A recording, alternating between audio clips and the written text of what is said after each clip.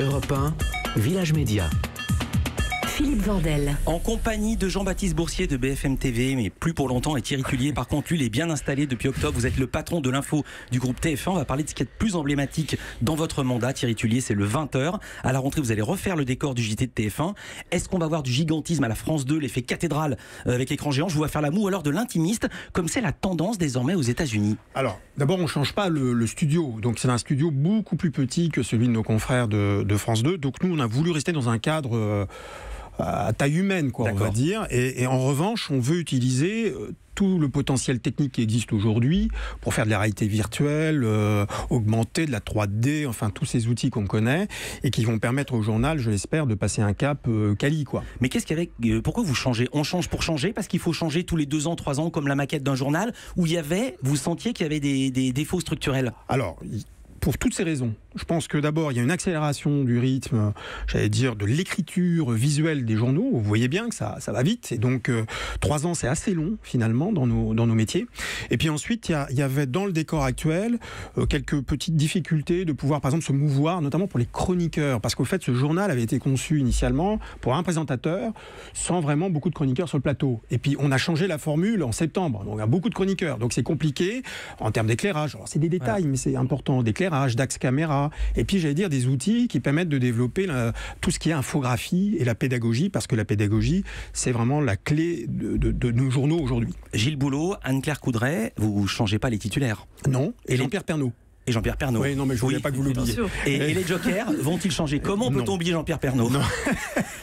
Et traditionnellement, pendant les vacances, on en profite pour faire monter un petit peu les petits jeunes de LCI jusqu'à TF1 pour la présentation des journaux. Est-ce que ce sera le cas cet été? Non, vous connaissez nos jokers, ils sont traditionnels, ça marche bien. Audrey Crespo-Mara, évidemment pour le week-end, Julien Arnaud pour le 20h et puis Jacques Legros pour le 13h.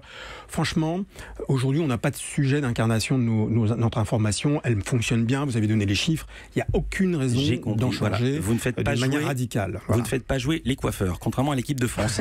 Nouveauté à la rentrée, un transfert, justement, je file la métaphore footballistique. Vous avez fait venir François Langlais, spécialiste en économie de France 2. Pourquoi lui? Parce que je pense qu'il est très compétent, évidemment, dans son domaine, sinon je n'aurais pas demandé de venir. Déjà, c'était vous, je précise, qui l'aviez fait venir de BFM TV à France 2. Oui, parce que d'abord, je veux et je souhaite que nous renforcions notre expertise dans tout ce qui est actualité économique. Alors, on a notamment créé un service, puis il n'y avait plus de service éco à TF1, donc on a recréé un service pour avoir cette expertise, avoir des reportages, et puis on voulait être en capacité dans ce nouveau décor, parce que c'est pas juste un nouveau décor, hein, c'est de raconter des choses, c'est d'avoir des nouveaux formats, de nouvelles écritures. François va s'insérer pour nous éclairer de sa science, parce que je pense qu'il a cette compétence-là qui est assez particulière et singulière. On le verra également sur LCI, si je suis bien informé. Oui. Est-ce qu'il aura une émission dédiée, comme il avait sur France 2, l'Angle Écho? Non, parce que déjà, on va beaucoup l'utiliser sur nos antennes 13h, 20h et week-end. Il aura quasiment une intervention quotidienne sur LCI. Je pense que ça fait déjà beaucoup de travail. Gros coup au printemps, l'interview du président de la République chez Jean-Pierre Pernaut au 13h de TF1. Dans le Parisien ce matin, Anne-Sophie Lapix fait le bilan de sa saison et elle n'a qu'un seul regret. Elle dit ne pas avoir eu Emmanuel Macron en interview. Qu'est-ce qui a fait qu'il est allé sur TF1? Avec quel argument les avez-vous convaincus, lui et ses équipes? Alors, il est venu 2 fois. Ouais. Une première fois à la rentrée, c'était sa première interview. Là, nous avons souhaité lui donner la puissance d'une certaine manière du 20h. C'est pour ça qu'on a proposé non pas un format de prime, mais un format dans le 20h, d'une durée rare, puisque c'était à peu près 1h15, mais assez ramassé pour une interview. Et donc, ce qu'il cherchait, finalement, c'était à pouvoir s'exprimer pour la première fois. Donc, il n'y avait pas de choses particulières dans l'échange qu'on a eu. Ensuite, on l'a vu avec Laurent Delahousse sur la 2, mais c'est le 3e coup qui a été le plus saillant. Ce qui était plus particulier, c'est effectivement notre démarche vis-à-vis de lui. Nous pensions qu'après avoir visité d'une certaine manière le président régalien dans tous ces exercices, il fallait aller chercher du côté de la proximité et du lien avec les Français. Et c'est une assemblée qu'à ce moment-là, il y avait quand même tout un débat autour du président des riches, de son éloignement. Et donc on a proposé Jean-Pierre Pernaut. Et des 80 km/h. Et des 80 km/h, très bien vu. Et nous avons donc proposé Jean-Pierre Pernaut. Et tout de suite, l'idée a été retenue. Et à partir de ce moment-là, on a travaillé sur, on va dire, le format. Alors le format naturel, c'est le 13h. Et la délocalisation, on l'a proposé, c'est Jean-Pierre qui l'a proposé, notamment dans une école.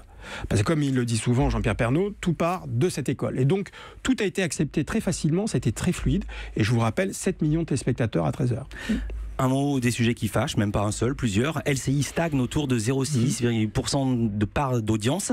Tel qu'on vous connaît, ça peut pas vous satisfaire. Sur quel chantier allez-vous travailler? Alors, vous me connaissez bien, et en même temps... Je vous connais mal, et ça vous va, 0,6?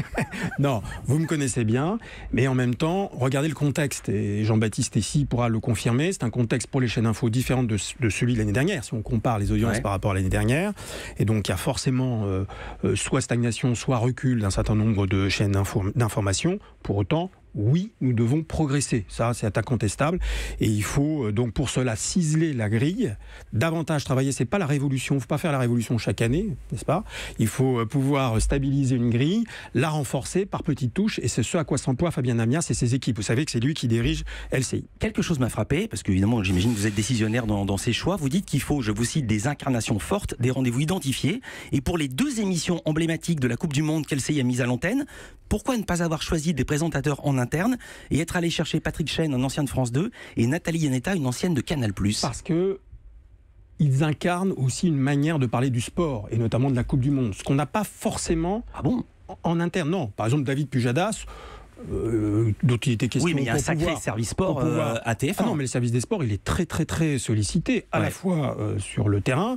Il se trouve que toutes les incarnations du service sport sont à Moscou. Donc c'est compliqué pour moi de faire une quotidienne sur LCI avec les incarnations qui sont à Moscou. Et par ailleurs, Denis Brognard, qui est celui qui incarne le magazine de la Coupe du Monde, il est sur TF1. Donc il ne peut pas être à la fois sur TF1 et LCI. Donc c'était assez logique. Nathalie Yanetta a fait du très bon travail, comme vous le savez. Et puis Patrick, il s'y connaît un petit peu, y compris d'ailleurs en actualité générale. Vous avez lancé un supplément aux 20h, le 20h le MAG, carrefour stratégique des audiences, ça va rester à la rentrée. Vous disiez, à la fois vous disiez c'est pérenne, en même temps on sentait que c'était un ballon d'essai. Est-ce que ce sera présent à la rentrée? C'est plutôt réussi, donc oui, ce sera présent à la rentrée. Juste là aussi, ce MAG a rencontré son public. Puisqu'on réalise des audiences au-dessus de nos propres prévisions. Nous en sommes très satisfaits à la fois sur la forme et sur le fond, puisque ça nous a permis de faire une 60aine de portraits de Français anonymes ou connus, et que c'est plutôt une démarche très sympa, et en tout cas qui est validée par le public. Toute petite question à la rentrée dans l'émission C'est Canteloup, qui arrive juste après cette grande session d'information que vous pilotez, Thierry Tullier. Nico Saliagas va être remplacé par Alessandra Sublet. Est-ce que vous avez eu votre mot à dire? Avec Ara, nous avons échangé. Effectivement, et donc je trouve que c'est un très bon choix, Alessandra, que je connais bien d'ailleurs. Ah d'accord, mais vous connaissez tout le monde dans ce métier. Ça fait quand même malheureusement quelques années. Même nous on se connaît. Europe.